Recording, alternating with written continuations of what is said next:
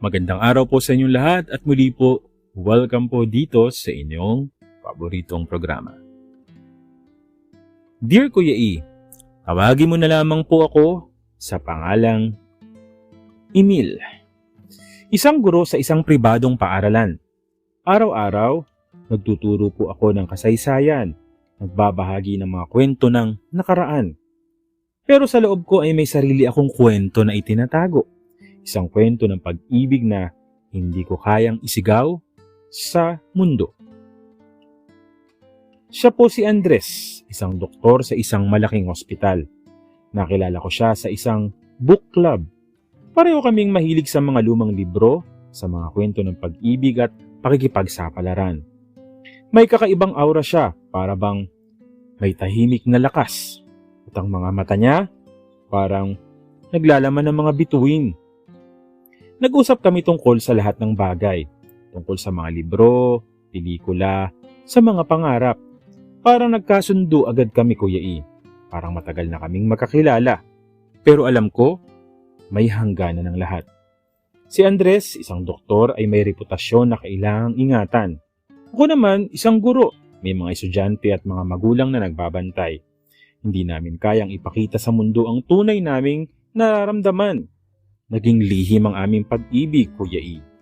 Nagkita kami sa mga tagong lugar, sa mga coffee shop na malayo sa mga mata ng iba. Nag-usap kami sa telepono, sa mga oras na alam naming walang makakarinig.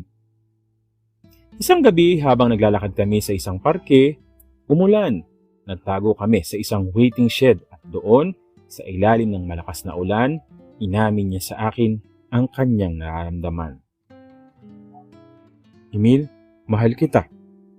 Napayak ako. Andres, sabi ko mahal din kita. Pero natatakot ako. Natatakot ako sa sasabihin ng ibang tao. Natatakot ako na masira ang buhay natin. Emil, sabi niya, hindi ko kailangang matakot. Hindi mo kailangang matakot. Nandito ako para sa'yo. Hindi naman kita iiwan. Niyakap ko siya at doon sa ilalim ng ulan, nagsumpaan kaming magmamahalan. Mahirap ang magtago ng pag-ibig. Laging may takot, laging may pangamba. Pero sa bawat sandali na magkasama kami, Kuya E, nararamdaman namin ang tunay na kaligayahan. Isang araw, nakita kami ng isang magulang ng estudyante ko sa isang restaurant. Kumalat ang balita sa paaralan at nalaman ng prinsipal ang tungkol sa aming relasyon ni Andres. Tinawag ako ng prinsipal sa opisina niya. Sinabi niya sa akin na hindi katanggap-tanggap ang aking relasyon, na makakasira ito sa reputasyon ng paaralan. Binigyan niya ako ng ultimatum. Iwanan si Andres o mawalan ng trabaho. Hindi ako nakasagot. Gusto kong sumigaw. Gusto kong ipaglaban ang pag-ibig ko. Pero alam ko, may mga responsibilidad ako. May mga estudyante akong umaasa sa akin. Umuwi ako sa bahay naluan. Sinabi ko kay Andres yung nangyari. Emil, hindi mo kailangang pumili. Nandito ako para sa'yo at hindi kita iiwan. Andres, hindi ko kayang mawalan ng trabaho. May mga responsibilidad pa ako. Nagdesisyon kami na maghiwalay.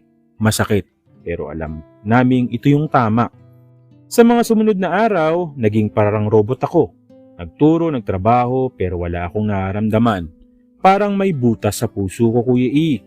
Isang araw, nakatanggap ako ng liha mula kay Andres. Sinabi niya sa akin na hindi niya kayang mabuhay na wala ako. Na handa siyang iwan ang lahat para sa akin. Napayak ako. Alam ko, hindi ko rin kayang mabuhay na wala siya. Nagdesisyon akong ipaglaban ang pag-ibig ko. Nag-resign ako sa trabaho at nagpunta ako sa ospital kung saan nagtatrabaho si Andres. Nakita ko siya sa hallway. Niyakap ko siya at doon, sa harap ng lahat, sinabi ko sa kanya na mahal ko siya.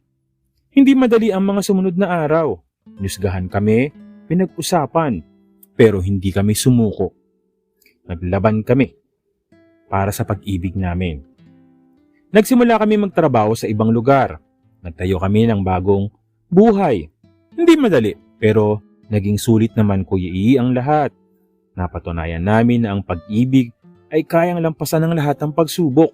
Napatunayan namin na ang pag-ibig ay tunay na laging mananalo. Sa mga tala ng aming lihim na pag-ibig, natagpuan namin ang liwanag ng tunay na kaligayahan.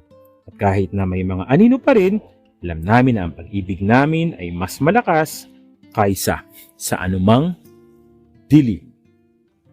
Nagmamahal, Emil. Grabe. No, pero pang, wait lang, yun sa principal, no, parang hindi ko naman, ganun ba talaga, no? Ano ba ng private life mo yun? O ano, parang masyado namang grabe yung discrimination, no? Pero siguro, hindi ko sure, no, kung ano ba talaga yung mga patayan sa mga ganun na kung ikakasira ng school or something, dahil lang sa chismis lang din ng isa, totoo naman yung relasyon nyo, pero 'di ba, nanggaling lang din doon sa magulang, nakakaano lang yung bakit kailangang i-drag down pa, no, yung mga tao na nagmamahalan lang naman. So yun, muli maraming salamat po sa patuloy na sumusubaybay, sumusuporta dito lamang po sa inyong paboritong programa. Maraming salamat po sa inyong lahat.